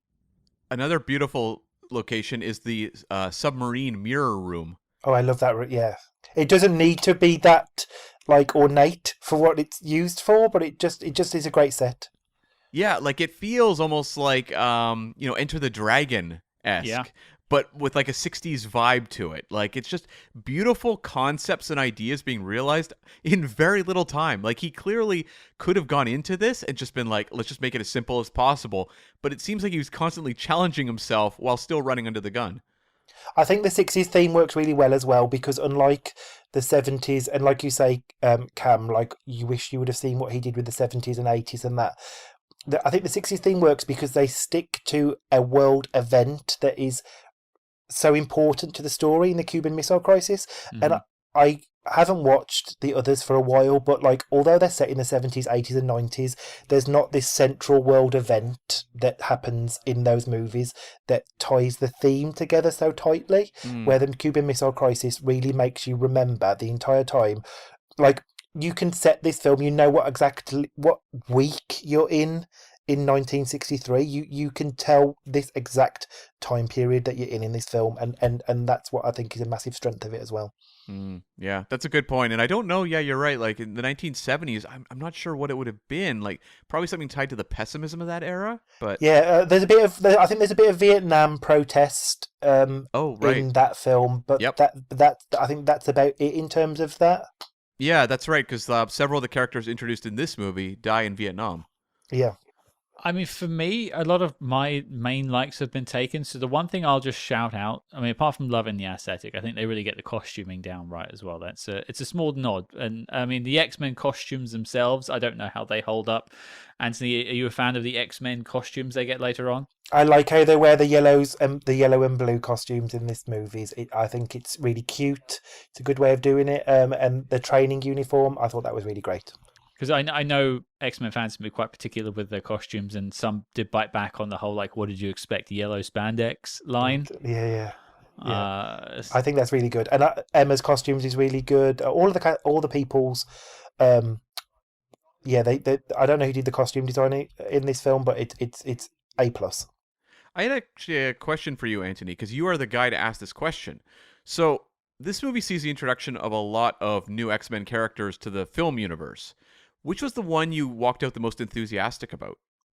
I always liked the character of Banshee, and to see him in the screen on this, I was really excited. And I think the actor who plays Banshee actually does a really good job. It was really sad that he gets killed off screen in between these two movies, because I thought it was really good, and he gets one of the most fun action sequences where he jumps out the plane and beats the radar. Yeah. And I love the little montage sequences where they learn him how to use his powers and fly. So it was really cool to have Banshee. He was probably my favourite of the characters in this one. I was most excited for Emma Frost, but then most disappointed. Right. Okay. Because Caleb Landry Jones plays Banshee, and he plays so many creepy characters in other movies that it's so fun to see him here. And that I'm glad you brought up that moment where they're teaching him to fly, and they're like, Magneto's pushing him off the roof. Yeah. And this movie's really funny a lot of the time. And that's something I think in the Singer movies, the comedy wasn't quite as successful. Yeah. Whereas here, like, Matthew Vaughn injects it really naturally and has a lot of laugh out loud moments in a movie that also has like scenes of like horrific concentration camp like torture. Laboratory reveals. Yeah, like torture reveals. Like, this movie can juggle its tones very well. You've stolen another one of my likes there, Cam, so that's gone. I will just add in the information. It's Sammy Sheldon who did the costume design for this film. She also did X-Men First Class, V for Vendetta, Ex Machina, and Ant-Man. Oh, okay. Oh, cool. Ex Machina, you say? Ex Machina. I suppose the other thing I've got left then to mention in terms of things I really liked about this film is I think some of the set pieces do work quite well. I really enjoy the beach showdown at the end and all the way into the submarine. We mentioned the coin going into the head. That's great. But just you can have moments in films where people are just standing and pontificating, especially when they're floating in midair, and it can be quite boring. If people aren't fighting, which I think we've all just got short attention spans nowadays and want constant action. But it's long scenes of people shouting and talking at each other, but somehow this film holds it together. From stuff like, the rockets being pushed back and forth, and just Michael Ironside just staring at them through binoculars, looking worried. It's just fun to watch, and I think that ties back to what Cam said. There just are a lot of fun moments in this film. The training sequences, the montage. There are a lot of montages in this film, by the way, which is probably more to do with the production, just the fact they had to do things so quickly. There probably is a montage of the production somewhere too. I think they going on to those that thing about like the sort of set pieces. One thing I think the film does really well is visualizing some people's powers that haven't been shown that way before. Like in the comic, Sebastian Shaw can just take in energy and then he's really, really strong. But the way that they visualize that with all the hands coming out and grabbing the energy was really creepy and really well done. Equally, Angel's wings, Havoc's energy blasts, just really interesting visual ways of showing people's powers on a movie that didn't have much budget for CGI and all that kind of stuff. I thought that was really good. Well, for a film that's trying to ground it a little bit and reset the universe, they do a good job of dealing with the fantastical and making it digestible. Mm-hmm. You could, it is the X-Men universe, but these powers are quite silly when you think about it. Like Beast is quite silly. She's got big feet. Oh yeah. Yeah. Yeah, exactly. The reveal when they turn in blue, it looks like a toy. But I think I'll take the Kelsey Grammer version of Beast any day. Sure. Except maybe in this recent post-credit sequence, that was a bit of a CG job there. That was a bit of a mess. Also, you were mentioning Sebastian Shaw's powers. That scene where he's in the nuclear sub and his head is like split in half. Yeah. And it's so nightmarish to look at, and it's just like visual imagination there is really, really great. And I think like some of the visual imagination, the first two in particular, felt a little clunky. It's like it got so much right, but in terms of some of the visuals, it was a little lacking. Whereas here, Matthew Vaughn is so confident in showing this sort of stuff. And I just want to just throw in as I think Kevin Bacon is a great villain. Yeah, I think Kevin Bacon is really good in this movie. He's so good. Yeah, like we've had Ian McKellen as Magneto in the previous three, and it's tough to compete with that. You have one of the all-time great villains played by one of the all-time great actors, and I think introducing Sebastian Shaw, who to the average person is not a villain that's going to leap off the screen to them. They might know Magneto because of the animated X-Men show, things like that. He's a very well-known villain, whereas Sebastian Shaw less so, and I think Kevin Bacon does so many fun things with him that he's very memorable to me. Yeah, I agree. I think he does a good job of being like menacing whilst also doing that smarmy sort of performance that he has to do to sort of like bring the child Magneto in to the fold and all of that kind of stuff. So yeah, I do think that he is a good addition. A quick one for me that I just want to add, because I like David would kill me if I didn't mention it, but I think that the music is really good too. Great. The score, particularly the Magneto's theme that goes throughout it is so good. That really sells some of the really emotional moments of the film and some of the most horrific moments, like the concentration bits. That's all down to the score. I bought that score back in probably 2012, and I love it. I've listened to that sublifting cue so many times. Yeah, that's Henry Jackman who did the score for the film there. It did pop out to me. I did notice it a few times. I will just say though, you'll never ever beat the X-Men animated series theme tune. That's true. Although the X-Men theme songs in the movies do kind of like ape that. They know that they do try to play on that theme, which I think is needed. Well, they did it in the most recent Doctor Strange film when Patrick Stewart comes back as Charles Xavier in the yellow chair, and it's like down. It's like, okay. And they did it in Ms. Marvel as well when she reveals that she's a mutant. I haven't seen Ms. Marvel. There you go. Oh, sorry, spoilers. Spoilers? Oh no! We interrupt this program to bring you a special report. Red alert, Spyhards! We are shaking things up over on the Patreon page. That's right, we are launching an exclusive new show where we tackle the exploits of the small screen's greatest secret agents, like Jack Bauer, George Smiley, and beyond. And don't forget, every month you also get 2 Agents in the Field episodes where we decode the adventures of your favorite spy actors in their biggest non-spy movies. But Cam, tell the people what we have coming up next.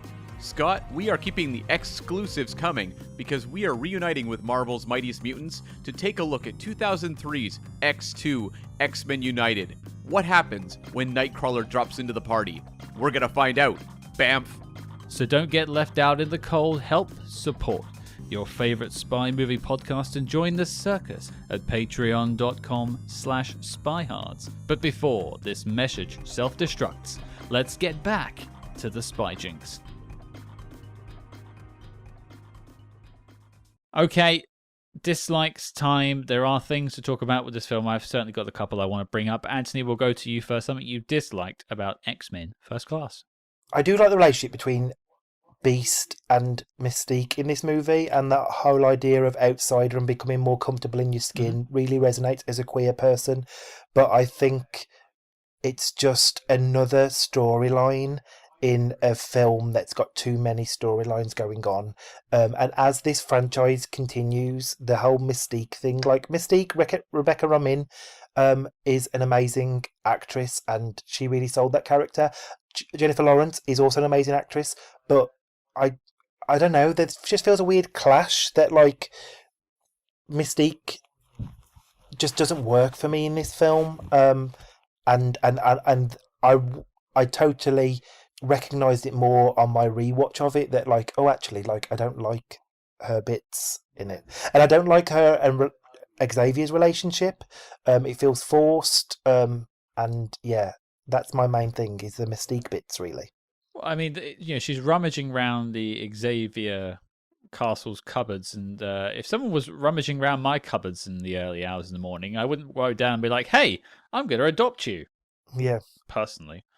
But I will just say about the Jennifer Lawrence versus Rebecca Romijn. One thing I note with this, and I think it's something that is spoken about later, and she has gone on record saying she didn't much enjoy wearing the blue paint, Jennifer Lawrence, is it feels like she's constantly trying to get out of the blue paint, Jennifer Lawrence, in this film, whereas Rebecca Romijn, whilst Mystique is not anywhere near fleshed out in those first three X-Men films, you feel like she's just playing that character. For good or for bad, she's not trying to be anything other than Mystique. And that's one of we talked earlier about the good things in X-Men, the First Class. The Mystique, the end of Mystique's arc that you get in that, where, spoilers for X-Men 3, but she gets her powers taken off her and reverts to human form. Like, because Mystique in those movies is such a mutants' rights activist, it almost is distasteful. And I know later on in these movies you get Mystique's arc where she becomes more comfortable in her blue self, but the fact that the actress fought against doing it, sort of goes against it doesn't sell it, because you know that she didn't want to be in the blue, and like, I just got sick of seeing Jennifer Lawrence in this movie rather than Mystique. It also, her character is in some ways, it should be the most interesting character in a way, because it's kind of like the younger character figuring out this world, but they really just bounce her between various kind of love interest stories. Yeah. It's like she has a crush on Xavier, and then there's like kind of this back and forth with Magneto where she's trying to seduce him, and then suddenly she has a crush on Beast, and it's like this character, they're not doing a great job establishing her as sort of an independent individual, and you still don't really get that by the end. And also there's a missed opportunity for me as with her power set in a spy movie. Like, why does she not do more spying? Yeah. Like, she has she's the perfect person to send undercover. Also, like, you have the scene of her with all the other young X characters, right? Where they're coming up with code names and they're partying in the room. Oh, I hate that scene. Well, it's goofy as all hell, but to me that makes her character somewhat interesting, because she's kind of walking the line between the younger characters, but also has communication with your Xavier or your Magneto characters. Sure. There should be more to that. It doesn't feel like it's particularly well fleshed out. Someone who's maybe struggling with, like, their place within this X group. And it's, again, like, there's a lot of storylines going on in this movie, so they don't really have time for it. But by making Mystique such a frontline character in this movie, because in the previous, she was a supporting character, whereas here it's like, she's, I think, third build probably, or something like that. Yeah. They're really pushing her to the forefront of the movie, but they also don't really know what to do with her. Well, I think this is one of my dislikes as well. But having learned a bit more about the backstory of this film itself and its production, I feel like I don't want to throw any blame around. It's just something that doesn't work for me. I'll frame it that way, and that is how she is treated. And Cam, you said earlier that this film is good at balancing its tones and switching around. I think one thing this film actually doesn't do very well is that, because you have this whole beginning part, and Anthony, you mentioned it, the sort of the kids messing around, finding out their powers. I wrote that down as the Breakfast Club scene. Yeah. Right now, which is fine. It's John Hughes, like that sort of thing going on, but then it just pivots when Darwin dies, and it becomes a fully fledged X-Men film where they're training, and Cerebro's there, and they go and do a mission in the jet. Like, it's all just play by play. It's a textbook X-Men film at that point. And she gets, and I say she, Mystique, gets lost in that shuffle. Mm-hmm. But at the same time, like you mentioned, the 3 different love stories going on at once. I feel like they're trying to give Jennifer Lawrence more stuff, because you look at what McAvoy's getting, you get a look at what Fassbender's getting. They are getting a lot of screen time in this X-Men film. It's a pluralization. There's meant to be a lot of people, but it's really focusing on them too. And I feel like she was sold on a film that would be like focusing on her as well. And I can feel Matthew Vaughn and the writing team struggling to give her things to do. And because of that, you end up with 3 disparate love stories that don't connect, despite one having an all-time great meme for it. It feels like they're just doing it to give Jennifer Lawrence screen time to pad out 2 hours and 10 minutes. Whereas I think the film would have been absolutely fine if you'd gotten rid of her love interest in Charles Xavier and her love interest in Magneto. The Beast one, I think, works and actually has something interesting to say and speaks to some of the core ethical issues and dilemmas that the X-Men comics, from what I have always read, was about. I haven't read the comics, but I've read a lot about this type and this X-Men and what it was trying to talk to. And I think her character and her struggle in this into self-identity and acceptance and things like that is a really interesting issue to tackle, but it hasn't got time because it's too busy having her turn into Rebecca Romaine to get into bed with Michael Fassbender. Like, I just wish they had focused on one and doubled down. And I do think that, like, the things that knowing what you said, Cam, about the production schedule, I do think that perhaps writing on the job and increasing Jennifer Lawrence's role in this regard probably had a detrimental effect on Rose Byrne's, and then some of the Rose Byrne bits had to be cut to give Jennifer Lawrence that extra screen time. I bet that's bang on. Yeah. I bet that's exactly right. She probably had more like love interest time with James McAvoy, but because she's a bigger star, it goes to Jennifer Lawrence. And also, at this point in studio filmmaking, too, they weren't necessarily as eager to champion larger roles for women in these movies. So it was kind of like, we've got room for one. Yeah. You can't have multiple lead women. You get one and you get 2 hench women. That's it. Yeah. It's like a Bond film all over again. Yeah.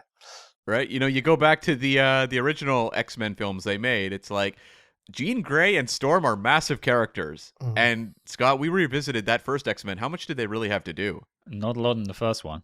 Yeah, exactly. No, just some bad lines from Storm. Yeah. Oh, that frog line. What about you, Cam, a dislike?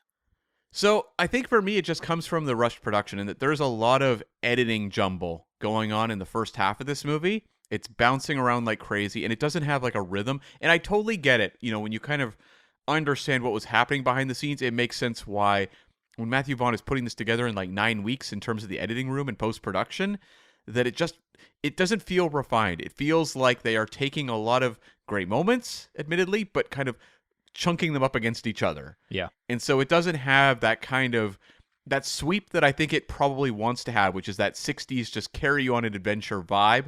It feels like it's kind of lurching, especially like the sequence that really jumped out to me was the nighttime attack on the yacht, which just feels like it kind of is just dropped there with no real build up. And the sequence itself isn't particularly great. I kind of like the Magneto swinging an anchor around. That's pretty cool. But it doesn't feel like it's kind of organically falling within the story. It's like, we need an action scene. Just drop that one there. And I'm sure, as Matthew Vaughn said, all instinct, no thinking. So it's kind of like, yeah, this will work here. This will work here. We don't have time to second guess this.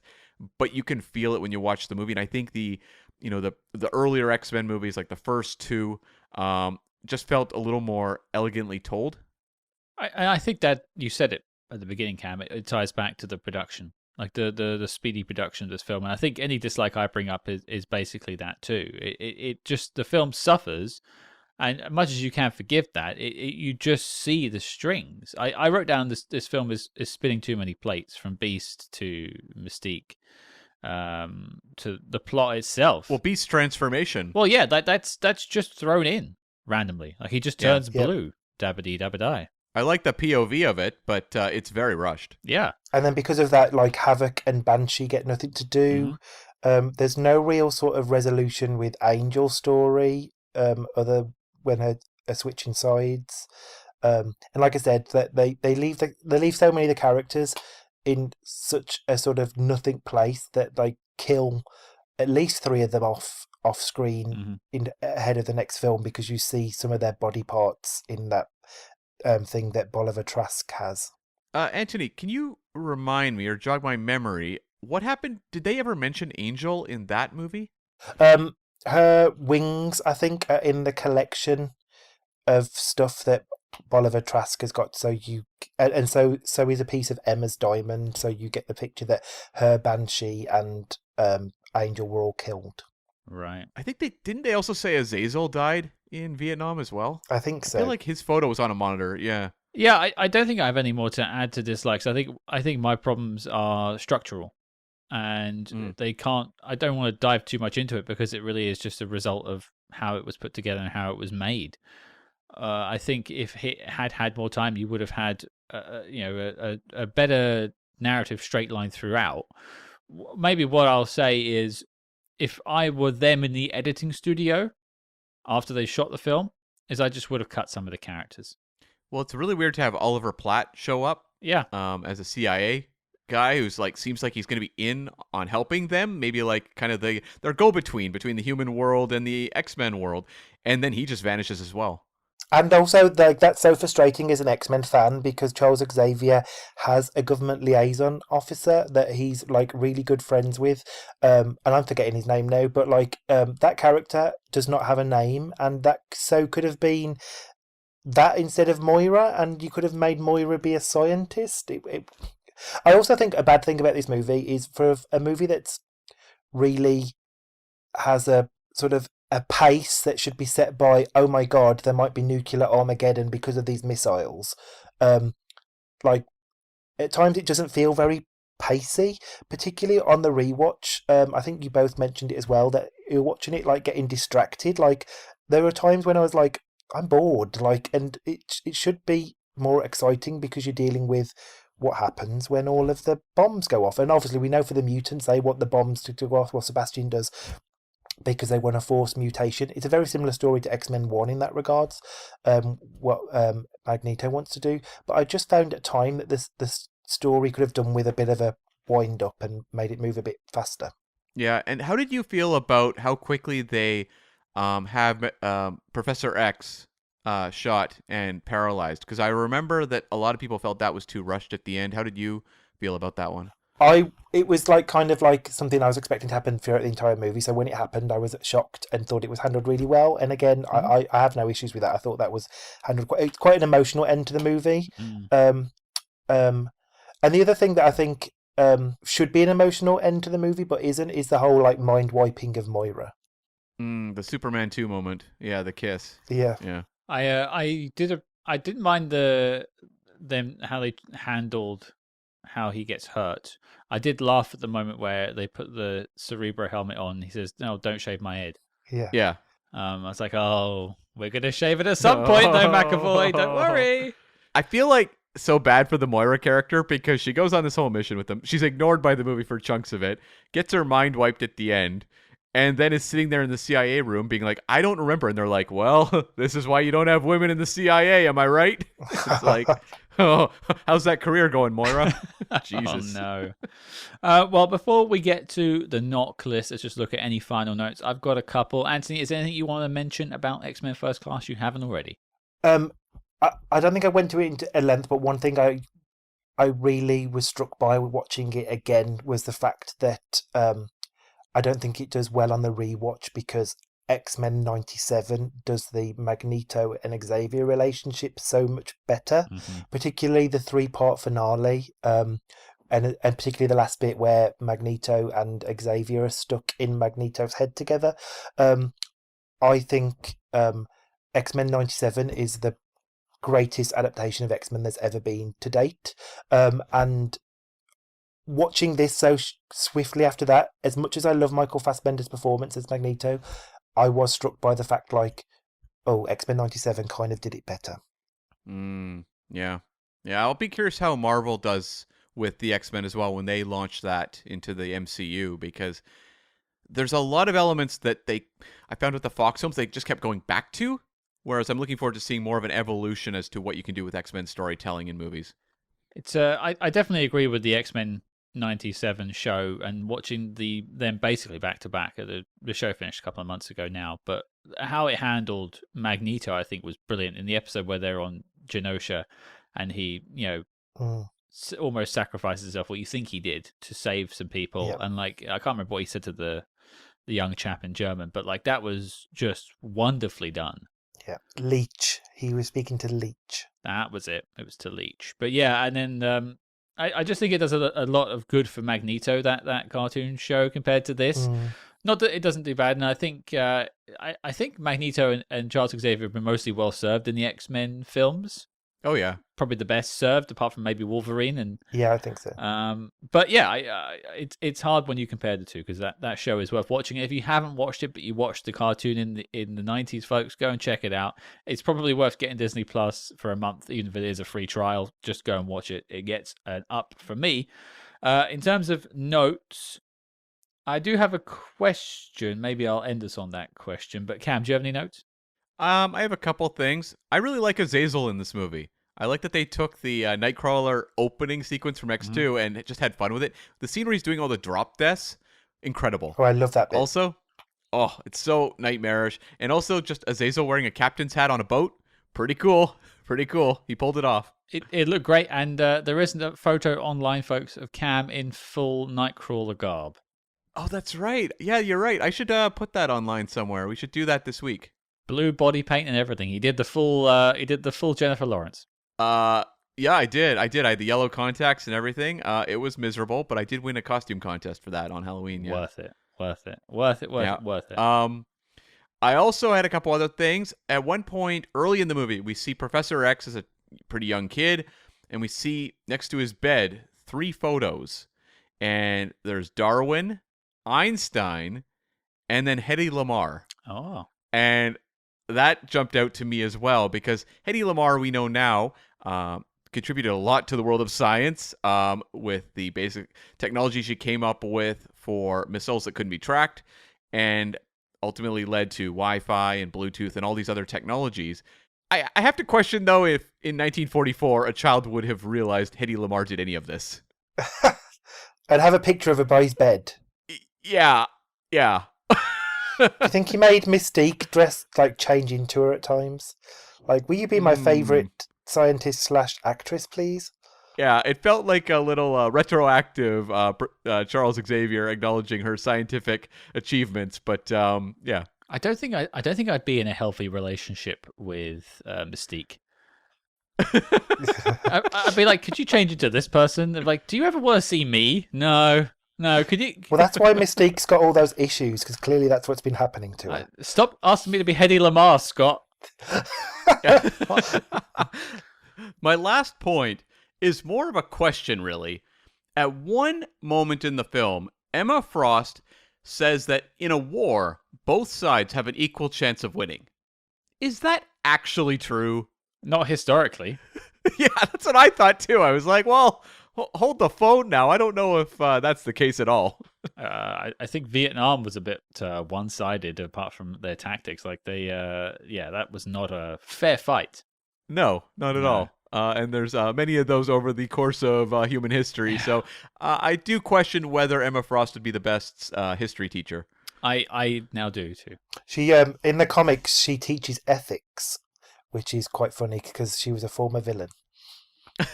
That's funnier. Well, she would Yeah. know. Yeah, Yeah. that's I like great. that. I had a comment and a question. The comment is, for those who are coming into it, like, why are they talking about X-Men First Class? I think we've sort of discussed it already, but there is a very good spy plot in here. Basically, Sebastian Shaw is using his mutants to manipulate world events covertly, influencing decisions, and basically bringing about the Cuban Missile Crisis, which is a massive bit in sort of in history, but also spy history. A lot of it involved in that.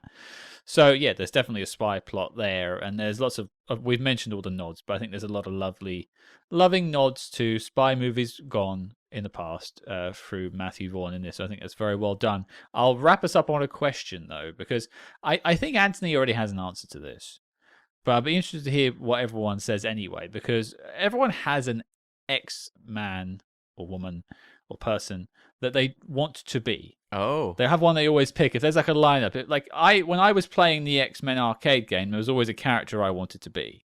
Was it Dazzler? Okay, Anthony, you go for Dazzler, or are you saying I should be Dazzler? No. I was saying that you were. I'm imagining young Scott playing as Dazzler all the time. Dazzler was actually my backup. Oh, really? Mine was Cyclops. Oh, okay, cool. Okay. I was always the sort of leader guy. Another character who's fantastic in X-Men 97. Yeah, really gets a proper arc throughout that. But let's hear it from everyone else. Auntie, who is your go-to X-Man, the person you want to be, if you had powers? That's a really tough question because if I could have any power, it'd be telekinesis. So Okay. that makes me think about Jean Grey. But my favourite X-Man, not counting Gambit because that's cheating. It is Magneto. I think Magneto is. It's such a cool power. You can do lots of cool things with it. In the comics, he does crazy stuff. Like there's a recent arc where he has his heart ripped out, but he's able to stay alive because he pumps his blood around his entire body using the iron that's in his blood and keeps everything moving. So, Metal. It's such a creative power. You can do so many things. Yeah, I mean, I kind of have to agree with you on Magneto's powers. They just feel like the powers you could do the most with. Yep. Like, Storm would be good, too. If I could control the weather, that'd be pretty awesome. Yep. So, I just have, negative feelings about Storm because of that level of Spider-Man the X-Men for Super Nintendo where you have to do all the swimming. Oh my god, that I've never ever got past that level. That game was so hard. Oh my god, it's like trauma. Every time I see Storm, I just think of swimming underwater with my oxygen level dropping, and it's Oh like, my no, God. no more. Yeah, that level was so hard. Yeah, I am a fan of Gambit, though. Gambit's level is awesome. It's also very difficult, but it would be nice to have the charm of Gambit with the powers of Magneto. I don't want to hear you try and do the Bayou accent either, Cam. Please don't do that. I won't. I wish, because we were talking about development. They were developing the Gambit film with Channing Tatum for so long. I would have loved to have seen at least just like a trailer as to what that would have been. There's a really good fan-made film that someone made of Gambit, which is really good. It's about 10 minutes long. I'll put it on Twitter. It's fantastic. But I've got a feeling that some of these things we thought that might happen, like I mentioned already, my want is Taylor Swift as Dazzler in Deadpool and Wolverine. I've got a feeling we might see Channing Tatum as Gambit as a cameo in this upcoming movie. Just because I feel like they're going to throw everything at the wall in this multiversal saga that we might get some of those cameos. That's a good call. Well, I think, you've brought it up, and we're going to get to the knock list in a second, folks, but let's just talk about it, because, this is an X-Men film coming out around the time this episode comes out, and it's probably one of the most anticipated releases of the year. It's been a tough year for the box office. Inside Out 2 did well, but apart from that, not a lot of shiners. So, expectations just from the group. Anthony, you first. Have you got high hopes for Deadpool and Wolverine? Dead Men? Dead Men. There recently was an X-Men comic called Dead X-Men, so that fits. Oh. I do. The Deadpool ones are probably the ones in the films that of the X-Men films I sort of like least. I thought the first one was really funny, the second one less so. I'm quite excited because we've started to get some of the MCU characters talk more about mutant stuff, so excited for that. It's always good to have Wolverine in the movies. I'm more excited for all the cameos that I'm expecting. And the villain, Cassandra Nova, is a fantastic X-Men villain. Charles Xavier's evil sister is a great villain, so I'm looking forward to seeing her. And it's the actress who played Diana in The Crown, so that will be really, really good. Okay. Yeah, my thing with like the Deadpool films is like they are basically the old clothesline for gags. Yeah. And they will usually put storytelling on the back burner in favor of what's the wackiest thing they can do. And so when I'm watching the trailer for Deadpool and Wolverine, the one set to the Madonna Like a Prayer, I'm like, this looks incredible. And there's like the moments of like gravitas about Wolverine failing, his world, and I'm like, I want to see this movie. But I also know when I watch the movie, it's going to be just wall-to-wall gags, and it's not going to have that kind of weight to it.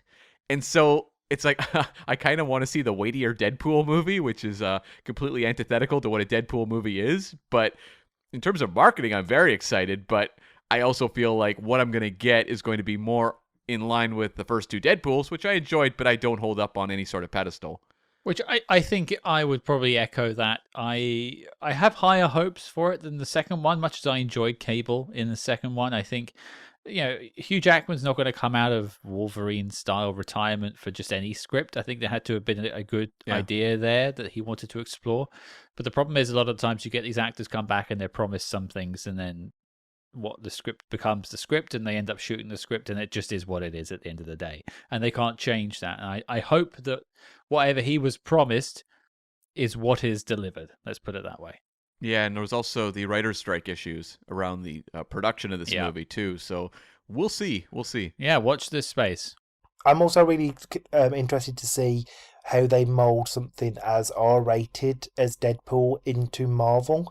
I know they said that they're going to keep all of that stuff, but this is Disney, and so I'm wonder how much is going to be trimmed out, or how many of the jokes are going to be like in jokes about Disney, which is like, yeah, come on, we get it.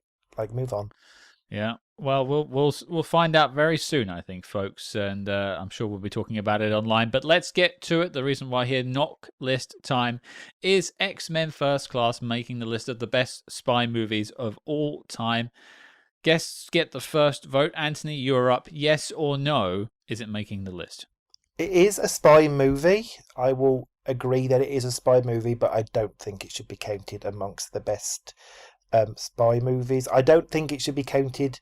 There are better X-Men movies, but I definitely shouldn't be. It's not one of the best. It's not the best X-Men movie, and it definitely isn't one of the best spy movies ever made. I think that's a very fair argument and a firm no. So it's also to play for, though. Cam, can you swing it? Look, there are so many scenes or character beats that are exhilarating in this movie, but ultimately, is this one of the all-time best spy films? No. I'm still waiting for that like really awesome mashup of a different genre like superhero or horror or something like that with a spy movie that gets that entry. Because, we talked about The Rocketeer, which was an absolute blast. Nice pun. And that movie thank you. And we also felt like that one just didn't have enough spy elements to land at a spot among the all-time best spy movies.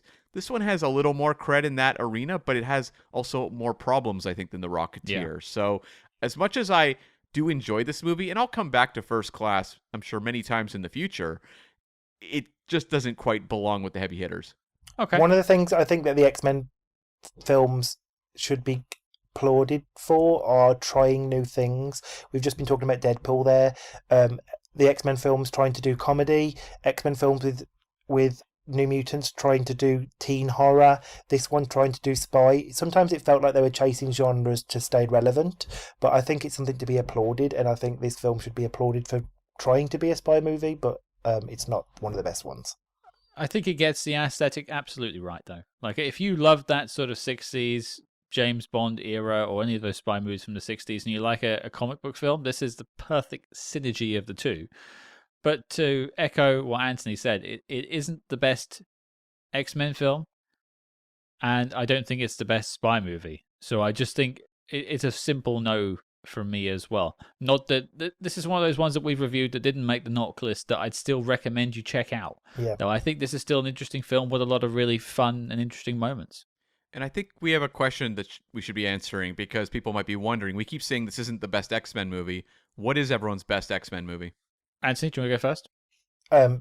Days of Future Past. Days of Future Past is so emotional, and it builds on everything. It's such a having its cake and eating it kind of film. It shouldn't work, but it does so much. It's action packed and so emotional. That's my favourite film. I completely echo sentiment there. I think it shouldn't work. You've got these two different casts coming together, and somehow it all blends. It gives you some of the action moments you always wanted the Bryan Singer X-Men films to have. You get to see some of the students become cool all of a sudden and really use their powers. Plus you get to go back and hang out with all the characters back in the First Class universe as well. And Hugh Jackman's there as Wolverine, the cinematic Wolverine. I don't think you can really go wrong with Days of Future Past. It's terrific. I think, though, I still somewhat side with X2, X-Men United. It just has, I think, the best Hugh Jackman Wolverine. That moment in the kitchen where he does the Berserker Rage moment, I'm like, it gives me chills every time. And there's just so many great moments. I think you've got a great villain in Stryker. All of it just kind of works for me really well. But Days of Future Past is also really great. And Logan is fantastic, but I kind of don't regard it as much as an X-Men movie. I know it is, but it feels so much a Wolverine character study that when I'm going to say best X-Men movie, I want one to represent a little more of the actual X-Men characters. And just a shout out for Logan. I know it was nominated. Did it win the Oscar for best adapted screenplay? No. It was nominated though. Oh, definitely, yeah. Yeah, I think it would be in my top 3 if I was going to list it. But yeah, I think 1 vote for X2 and 2 votes for Days of Future Past isn't bad going. So I'd be interested to hear what you all think of your favorite X-Men films as well. But 3 no's, and so X-Men First Class is not making the knock list. The dossier on the film is complete and filed as classified, which leaves me to the fabulous task of saying thank you, Antony, for coming on the show. Thank you for having me. It's been an absolute pleasure talking X-Men with you. Where can people find you online to talk about more X-Men and things beyond?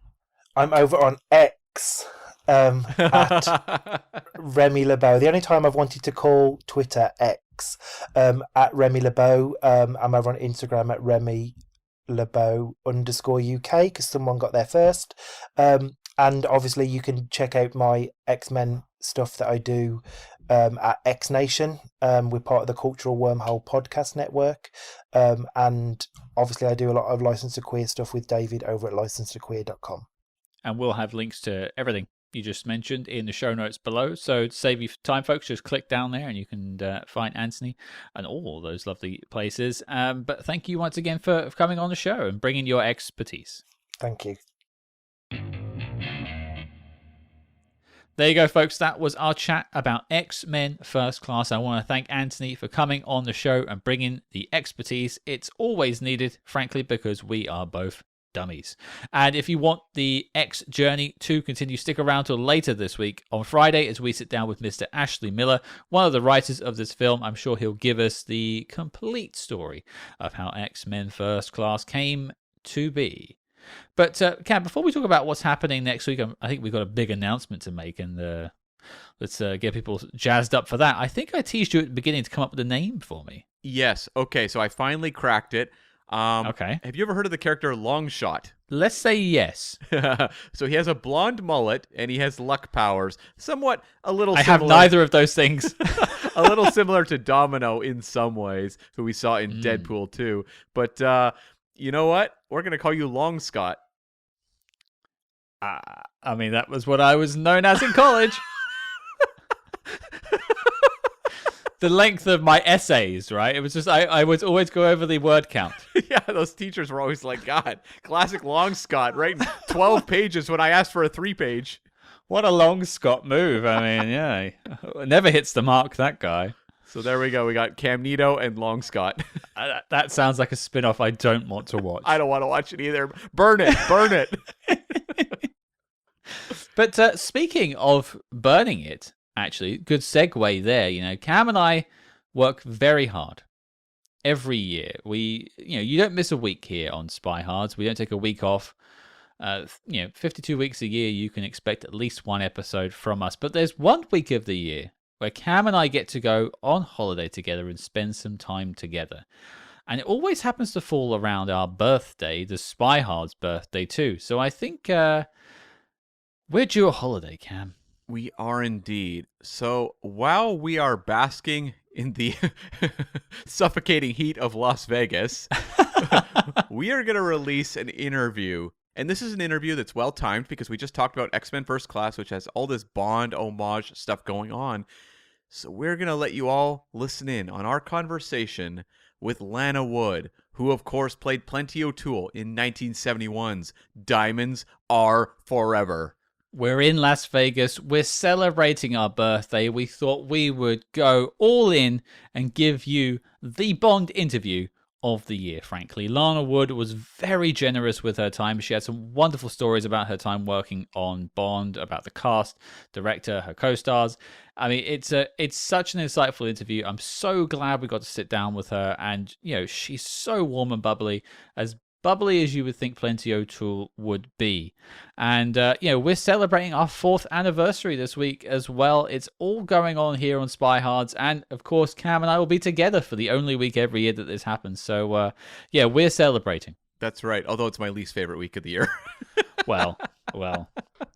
But there you go, folks. Your mission, should you choose to accept it, is to celebrate 4 years of Spyhards with our interview with Plenty O'Toole herself, Diamonds Are Forever star, Miss Lana Wood. You won't want to miss this interview.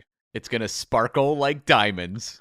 Oh, beautiful, beautiful, beautiful. Well, that will be in your podcast feeds next week. Make sure you hit subscribe if you haven't already. And if you want to help support Spyhards, keep the lights on here at Spyhards HQ, and help us keep bringing you these interviews and deep dives into spy movie history, then join us over on our Patreon page. We're coming up close to 100 bonus episodes you can get access to for the low, low cost of $6 per month. Find out more about that in the show notes below. You'll be helping us out greatly if you do join us, even if it is for a brief period. You can download the whole catalog in 1 month if you want to. Just join us for that 1 month and we'll appreciate it all the same.